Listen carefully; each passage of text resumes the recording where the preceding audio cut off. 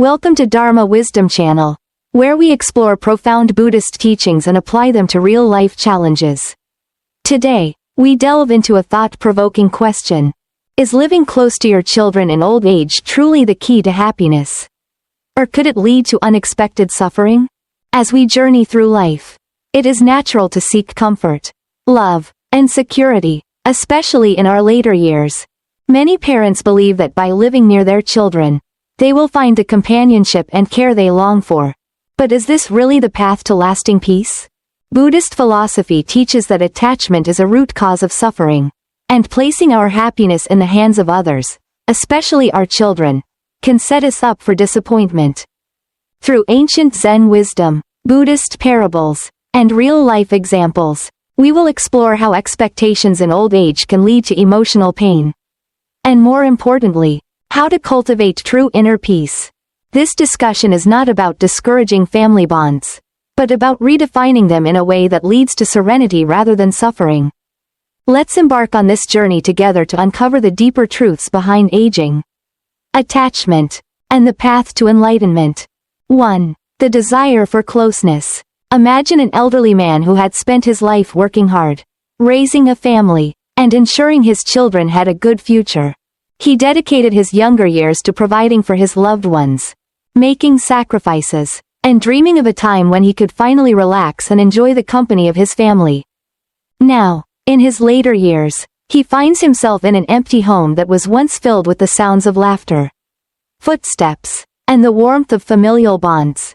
The silence of old age creeps into his heart, and he begins to feel lonely.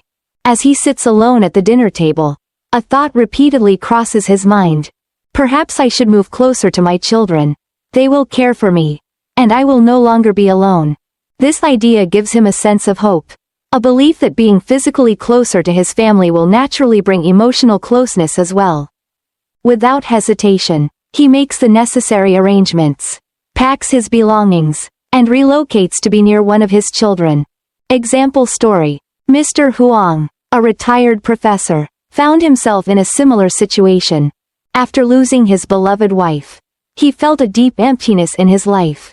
His son, seeing his father's loneliness, suggested that he move near their family home so they could take care of him. At first, everything seemed perfect. He joined in family dinners, played with his grandchildren, and felt included in the household. However, as the months passed, he started to notice subtle changes. His son and daughter-in-law, who initially welcomed him warmly, began to feel pressured by his constant presence. They struggled to balance their own responsibilities, work, raising their children, and maintaining their marriage, while also feeling obligated to spend time with him. The spontaneity and joy of their relationship began to fade, replaced by a sense of duty and burden. Mr. Huang also started to sense the shift. Conversations at the dinner table became shorter. Invitations to family outings became less frequent. And his grandchildren, once excited to see him, were now preoccupied with their own activities. He tried to suppress his feelings of disappointment, but deep inside, he felt out of place. He had moved closer to them to feel loved and included, but instead, he felt like an outsider disrupting their daily lives. One evening, as he sat alone in his small apartment near his son's house, he reflected on his decision. Had he made a mistake? He realized that while he had moved physically closer to his family, he had not necessarily strengthened their emotional bond. His presence had unintentionally imposed expectations on them, turning love into an obligation rather than a natural, voluntary connection. Lesson learned. Love and care cannot be forced. True connection thrives in freedom, not obligation. When relationships are built on duty rather than genuine affection, they can lose their warmth and authenticity. Instead of seeking fulfillment through proximity alone, one must cultivate inner contentment and allow relationships to grow naturally, without the weight of expectation. Imagine an elderly man who had spent his life working hard, raising a family, and ensuring his children had a good future. Now, in his later years, he finds himself in an empty home once filled with laughter and commotion. The silence of old age creeps into his heart, and he begins to feel lonely. With this loneliness comes a thought. Perhaps I should move closer to my children. They will care for me, and I will no longer be alone. Example story. A retired professor, Mr. Huang, after losing his wife, moved near his son's family. Initially, everything was perfect: family dinners, shared moments with grandchildren, and a feeling of belonging. However, as months passed, he realized that his presence had unintentionally disrupted their household routines. His son and daughter-in-law began to feel obligated, rather than joyful, about his constant presence. Lesson learned. Love and care cannot be forced. True connection thrives in freedom, not obligation. 2. The illusion of happiness. In the beginning, the elderly man is filled with joy. His children visit him regularly. His grandchildren run around laughing. And he feels valued and loved. Every weekend is a celebration, a reminder that he is an important part of their lives. He basks in the warmth of family, feeling as though he has found the perfect balance in his later years. However, as time passes, things begin to change. His children get caught up in their careers, their responsibilities multiplying. Weekend visits become less frequent, then sporadic, and soon, they are mere phone calls, sometimes short, sometimes missed altogether. His grandchildren, once so eager to sit by his side and listen to his stories, now have school, friends, and hobbies that no longer include him. The house, once filled with laughter, begins to feel empty. He finds himself waiting for a knock on the door. A ringing phone, a moment of inclusion that rarely comes. Take the example of Mrs. Tan, an elderly widow who moved to be closer to her daughter, hoping to be a part of her family's daily life. Initially, she was warmly welcomed, included in outings and gatherings. She thought she had made the right decision. But slowly, she noticed a shift. At family dinners, conversations revolved around things she wasn't a part of: work meetings, school projects, vacation plans that didn't include her. She began to feel invisible, a mere spectator in the lives of those she loved. She realized that despite her physical closeness, she was still emotionally distant from them. This painful realization teaches an important lesson. Happiness should not depend solely on the presence and attention of others. People get busy, priorities shift, and relationships evolve. True contentment must come from within, from embracing independence, hobbies, self-care, and friendships beyond the immediate family. The elderly man, like Mrs. Tan, must learn that while family love is precious, self-fulfillment and inner peace are the keys to lasting happiness. 3. The burden of expectations.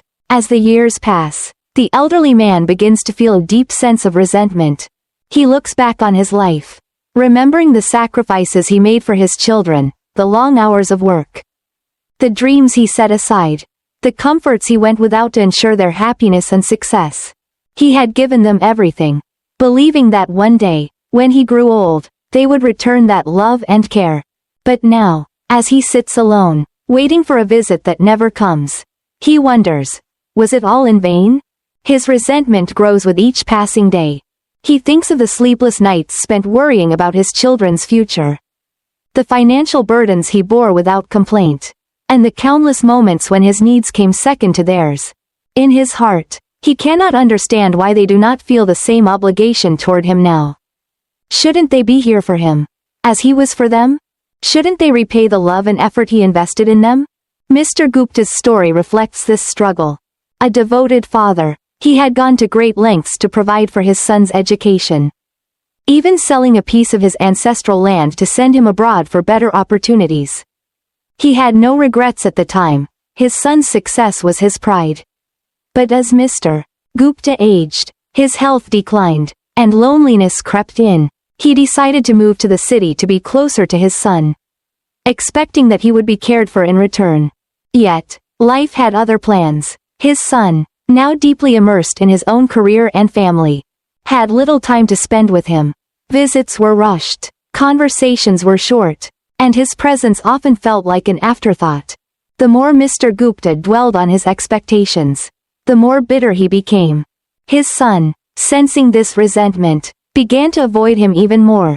Their bond, once strong, was now weakened by unspoken frustrations. Mr. Gupta believed his sacrifices entitled him to his son's time and attention. But this belief only deepened his suffering.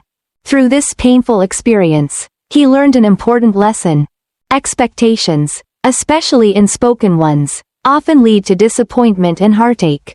True love does not demand reciprocation, it gives freely, without conditions. Holding on to resentment only creates distance, not closeness. Mr. Gupta realized that instead of waiting for his son to fulfill his expectations, he needed to find contentment within himself.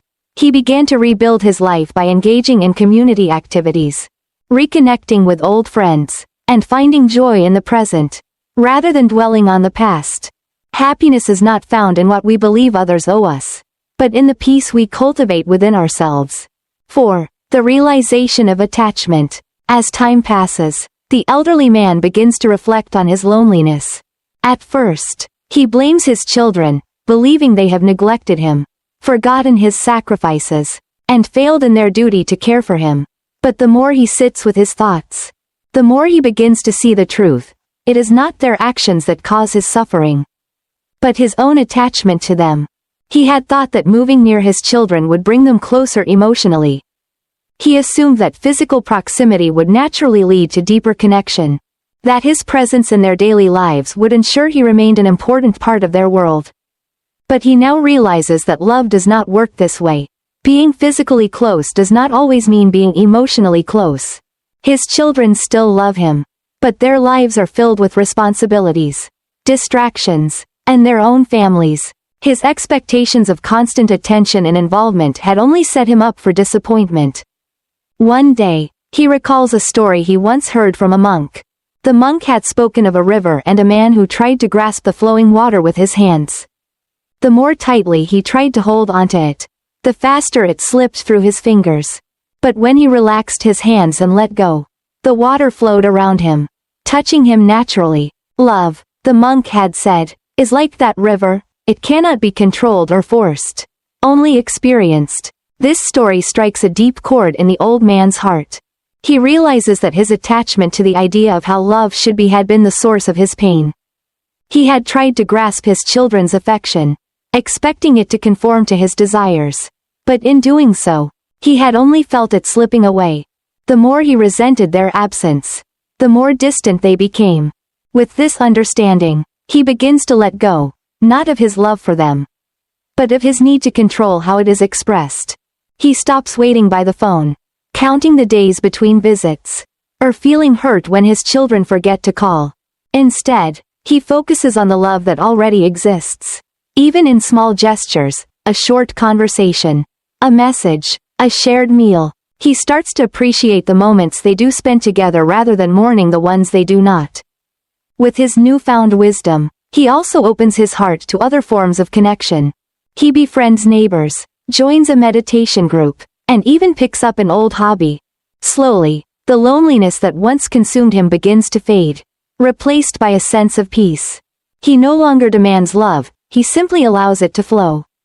The greatest lesson he learns is this: love cannot be forced, only received with an open heart. True connection happens when we let go of attachment and allow relationships to evolve naturally. Instead of grasping, he learns to embrace, just like the river. Love flows best when it is free. 5. The danger of dependence. The elderly man once believed that moving near his children would bring him lasting happiness. He thought that by being close to them, he would always have company, love, and support. But as time passed, he began to realize that he had made himself entirely dependent on them for his emotional well-being. His joy was tied to their attention, his sense of worth connected to their presence. When they were busy, he felt abandoned. When they did not call, he felt forgotten. His happiness was no longer in his own hands, it was in theirs. This realization came with deep discomfort.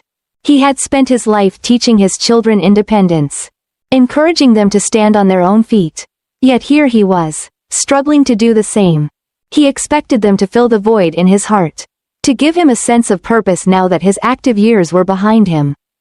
But life had its own rhythm, and his expectations only left him disappointed. He recalled a parable a Buddhist master had once shared.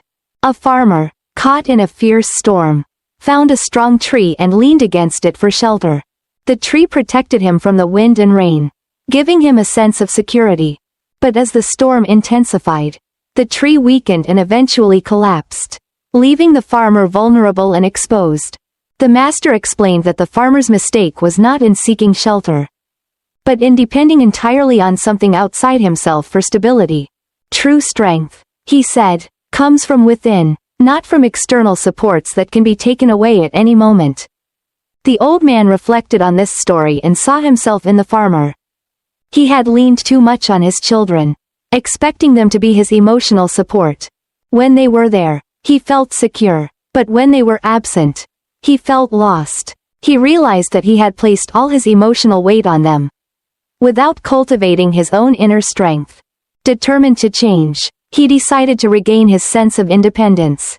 He sought out ways to engage with life beyond his family. He joined a local community center, where he met other seniors with whom he could share stories and laughter.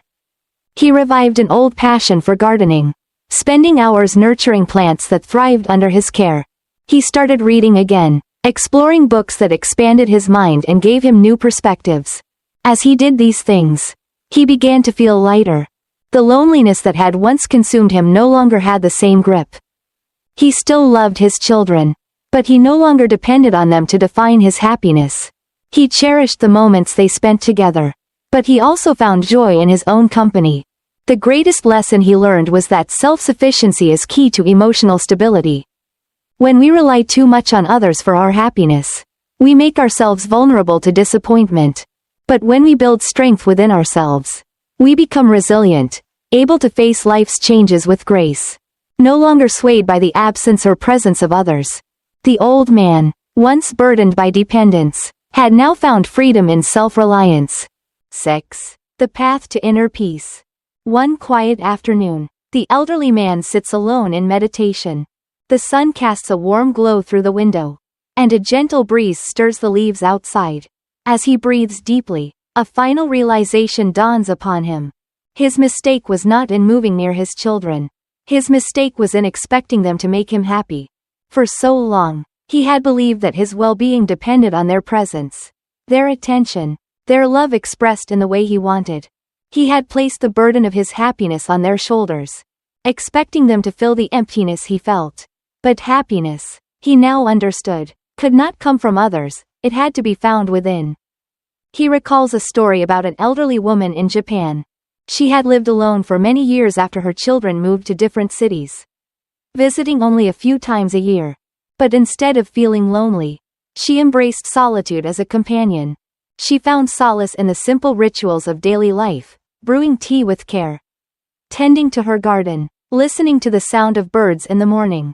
Every day, she created moments of peace and contentment for herself. She did not wait for visits or phone calls to feel loved. She found joy in the present moment, in the beauty of the life she had built. Inspired by this wisdom, the old man begins to shift his perspective.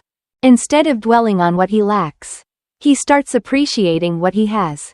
He lets go of expectations and focuses on cultivating contentment in his daily life. He takes slow walks in the park, enjoying the colors of the changing seasons. He finds pleasure in a cup of tea, savoring its warmth. He reconnects with old friends, sharing laughter and memories. Most importantly, he stops waiting. No longer does he count the days until his children visit or dwell on missed calls. When they come, he welcomes them with an open heart, free of resentment. When they are away, he continues living fully, embracing the beauty in ordinary moments. Through this journey, he discovers a profound truth. True peace is not found in people, places, or circumstances, it is found within. The external world is ever changing, but inner peace, once cultivated, remains constant. And so, sitting in the quiet of his home, he smiles, not because everything around him has changed, but because he has changed. He is no longer searching for happiness outside himself. He has found it where it has always been, within his own heart. Blank, blank. 7. The freedom of letting go. As the elderly man releases his attachments, he feels something he hasn't experienced in years, an incredible sense of freedom. No longer weighed down by expectations or resentment, He begins to see his life in a new light, without the constant worry about when his children will visit or whether they think of him enough. He starts to appreciate the moments he has with them for what they truly are, expressions of love, not obligations. One day, he remembers a lesson from a Zen teacher who once guided a disciple struggling with family relationships. The disciple, heartbroken by his distant relatives, sought advice on how to mend the bond. The teacher simply said, "A bird does not cling to the branch it perches on. It lands, sings, and flies again." The old man contemplates these words. He realizes he must embrace life the same way. Love, like a bird, must be free. It cannot be forced, nor should it be held onto too tightly. By expecting his children to fulfill his emotional needs, he had unknowingly placed a weight on their shoulders. But by letting go, he allows them to come to him willingly, not out of duty, but out of love. With this newfound understanding, his relationships with his children begin to change. His home no longer feels like a place of silent expectation but rather a space of warmth and acceptance. When his children visit, he no longer counts the minutes or worries about when they will leave. Instead, he listens, laughs, and enjoys their presence. He asks about their lives without demanding anything in return. To his surprise, his children begin visiting more often, not because they feel obligated, but because they genuinely enjoy being with him. They no longer sense the unspoken pressure or guilt that once lingered in their interactions. His newfound freedom and peace make his presence comforting rather than heavy. Beyond his family, he notices that all his relationships start to flourish, without attachment clouding his emotions. He enjoys conversations more, deepens friendships, and even forms new bonds. He moves through life like the bird in the Zen story, landing, experiencing the moment, and letting go when it is time to move forward. The greatest lesson he learns is that freedom from attachment nurtures genuine relationships. Love, when not held too tightly, flows more naturally. In letting go, he has not lost anything. Instead, he has gained the deepest form of connection, one built on sincerity, not expectation. The lesson of impermanence. Sitting in the quiet of his home, the elderly man finally accepts a profound truth. Everything in life is impermanent. He had spent so much of his old age struggling against this reality, clinging to the past, and resisting change. But now, he begins to see that the very nature of life is movement, transformation, and impermanence. He recalls a story a Buddhist monk once shared about a village built near a great river. The villagers knew that every few years, the seasonal floods would come, washing away their homes. But they did not despair. Instead, they built their homes with the awareness that they would not last forever. When the floods came, they accepted the loss, and when the waters receded, they rebuilt, without anger, without sorrow. For years, the elderly man had been holding on to a home that had already been washed away, not a physical home, but the life he once knew. He longed for the days when his children were young, when he was needed, when family gatherings were filled with laughter and togetherness. But those days, like the homes in the village, had been carried away by the currents of time. And instead of accepting this, he had been mourning what was gone, wishing for something that could never return in the same form. Now, as he sits in quiet reflection, he realizes that life is not meant to be static. Relationships evolve, roles change, and people move forward. His children are no longer the small children who clung to him for guidance. They are adults with their own lives, just as he once had his. With this realization, something shifts within him. He no longer resents the changes, nor does he fear them. Instead, he embraces them. He understands that just as the villagers rebuild their homes after the flood, he too must rebuild his perspective on life. He can either fight against the inevitable, or he can move with the flow of time, accepting each stage with grace.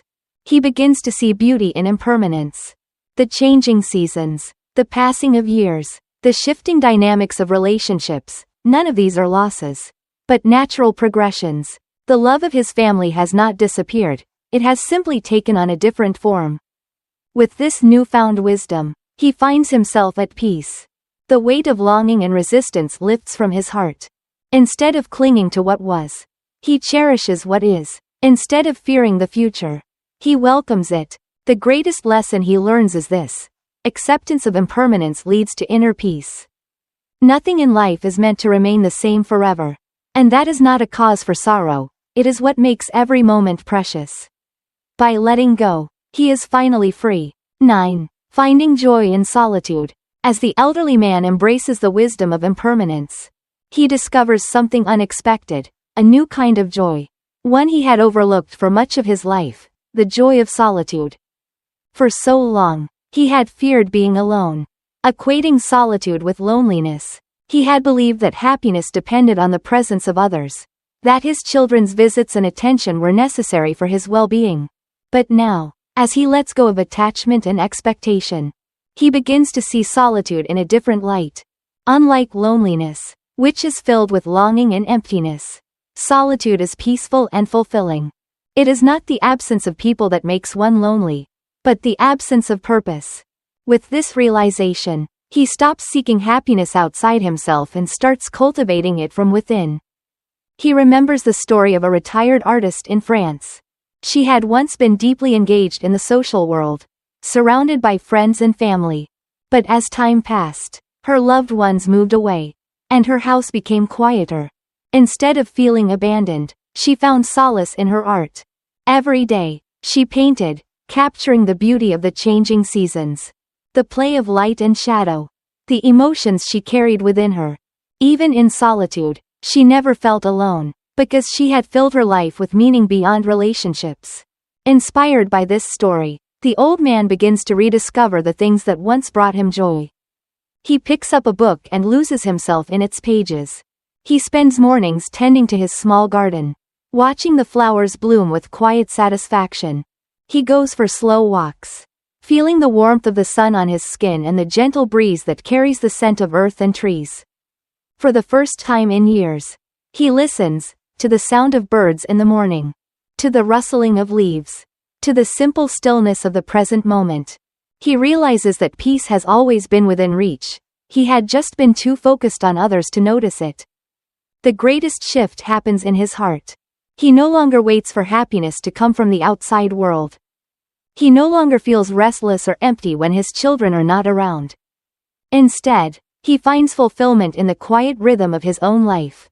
And when his family does visit, he welcomes them not with expectation, but with genuine joy, free from need. The greatest lesson he learns is this: fulfillment comes from meaningful engagement, not company. True happiness is not found in the presence of others, but in the presence of oneself. In embracing solitude, he finds not loneliness, but a deep and abiding peace. Conclusion: the path to true freedom. As the elderly man embraced the wisdom of non-attachment, he discovered that the key to happiness was never in the hands of his children, but within himself. He let go of the unrealistic expectations that had caused his suffering and instead focused on living a life of self-contentment and gratitude. Rather than seeking external validation, he turned inward, finding fulfillment in daily meditation, mindfulness, and the appreciation of life's simple moments. One day, he sat in the warmth of the morning sun, listening to the birds sing, sipping his tea, and reflecting on the journey that had brought him to this moment. He no longer felt the need to control his children's actions or demand their attention. Instead, he relished the visits when they happened and found joy in solitude when they did not. His relationships became more authentic, free from the burdens of expectation. In Buddhism, we are taught that impermanence is a fundamental truth of existence. Nothing remains unchanged, including our roles as parents and children. We must learn to flow with life's transitions rather than resist them. By practicing detachment, we do not sever love, we allow it to grow freely. Unburdened by obligation. The biggest mistake in old age is not where we live but how we live. When we let go of attachments, we open the door to true peace. The old man's story is a reminder for us all. Love is not possession, happiness is not found in others, and inner peace is the ultimate treasure. Instead of seeking security in the presence of family, we must cultivate the ability to be at peace with ourselves, no matter where we are. May we all learn from this wisdom and walk the path of aging with grace, wisdom, and freedom. Stay with us on Dharma Wisdom Channel as we continue exploring the deep insights of Buddhism to cultivate wisdom, peace, and self-realization.